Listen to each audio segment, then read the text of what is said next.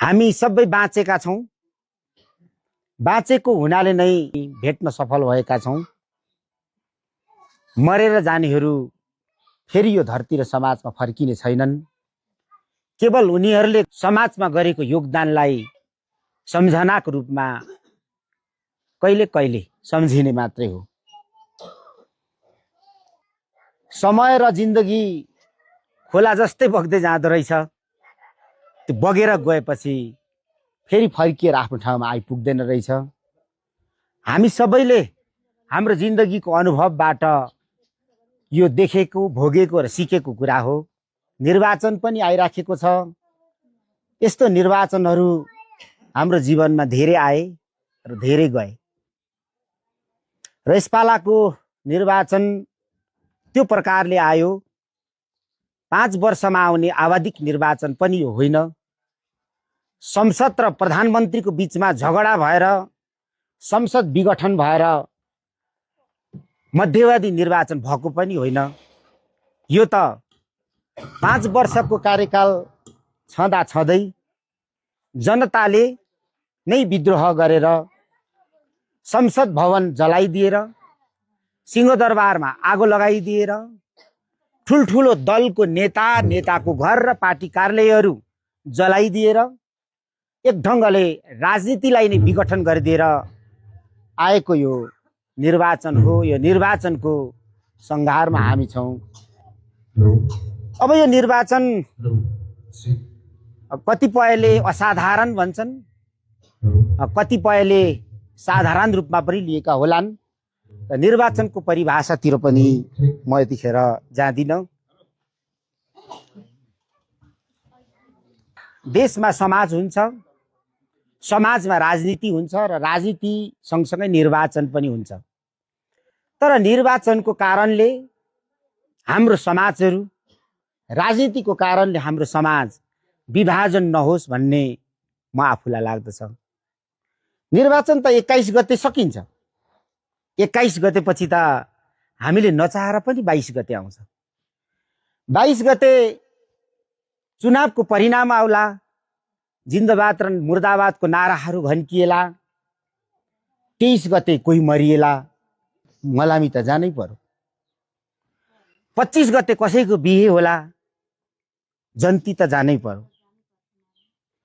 राजनीतिले लिएको निर्वाचन र राजनीतिको कारणले हाम्रो समाजमा भएको संस्कृतिमा विभाजन नआओस् भन्ने कुरा हामीले यस्तो बेलामा अत्यन्तै गम्भीरतापूर्वक, संवेदनशीलताका साथ सोच्नुपर्छ भन्ने पनि मलाई लाग्छ। सधैँ तपाईहरूको बीचमा निर्वाचनमा उम्मेदवार भएर म आउँथे र यसपाला म निर्वाचनमा भाग लिइनँ। यहाँहरूले पटक पटक जिताएर पठाउनु पनि भएको, 3 चोटिसम्म जितेर जाँदाखेरि यसो भनौँ यही गाउँको खोला खाल्सीबाट बगेर गएको एउटा पानी महासागरसम्म तपाईँहरूले पुर्याउनु भएको छ। सिंहदरबारको चौघेराभित्रबाट शासन कसरी चल्छ, त्यो शासन चलाउने एउटा सदस्यको रूपमा 13 महिना सहभागी भएर पनि म फर्किएँ। जतिसुकै मैले काम गरे पनि, योगदान गरे पनि त्यो मूल्य कहिले पनि मेरो जिन्दगीमा म चुक्ता गर्न सक्ने छुइनँ भोजपुरी जनताहरूप्रति। तर राजनीति मात्रै होइन, जीवन त्यस्तो हुँदो रहेछ। प्रकृतिमा सिंहावलोकन भन्छ। सिंहले 4 पाइला हिँडेपछि अगाडि दाहिने हेर्छ अरे, फेरि 4 पाइला अगाडि हिँडेपछि देब्रे हेर्छ अरे। कहिले कहिले देब्रे, कहिले कहिले दाहिने हेर्दै राजनीतिको यात्रामा जानुपर्ने बाध्यताहरू हुँदो रहेछ। आफ्नो अगाडि फर्काएको दृश्य मात्रै क्यामेराले देख्दो रहेछ। आँखाले देख्न चाहेको कुरा मात्रै देख्दो रहेछ। जब तपाईँ घटनालाई आँखाले मात्रै हेरेर हुँदैन, हृदयले पनि हेर्नुपर्छ। आँखा र हृदय एकैचोटि खोलेर हेरियो भने मात्रै घटनालाई बुझ्न सकिन्छ। आँखाले हेरेर हृदय बन्द भयो भने त्यो घटनालाई हामी बुझिँदैन पनि रहेछ र हेरेको पनि नहेरेको जस्तो हुँदो रहेछ भन्ने म आफूले अनुभूति गरेको छु।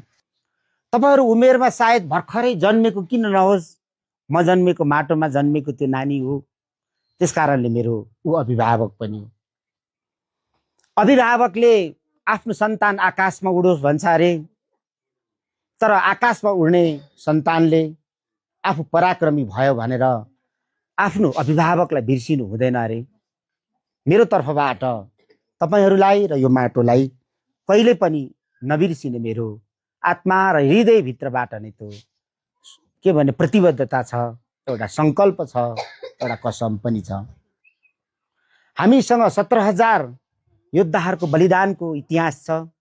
ती 17,000 शहीदले देखेको सपना छ, 3 करोड नेपाली जनताको सपना छ। अहिलेका भरभराउँदो युवाहरूको आँखामा सपना, मनमा रहर छ। ती रहरलाई सम्बोधन गर्ने हाम्रा एजेन्डाहरू भएन भने हामी कसरी आजको पार्टी नेतृत्व, राजनीतिक कर्मी हुन सक्छौँ? मैदानमा हारेर केही फरक पर्ने छैन।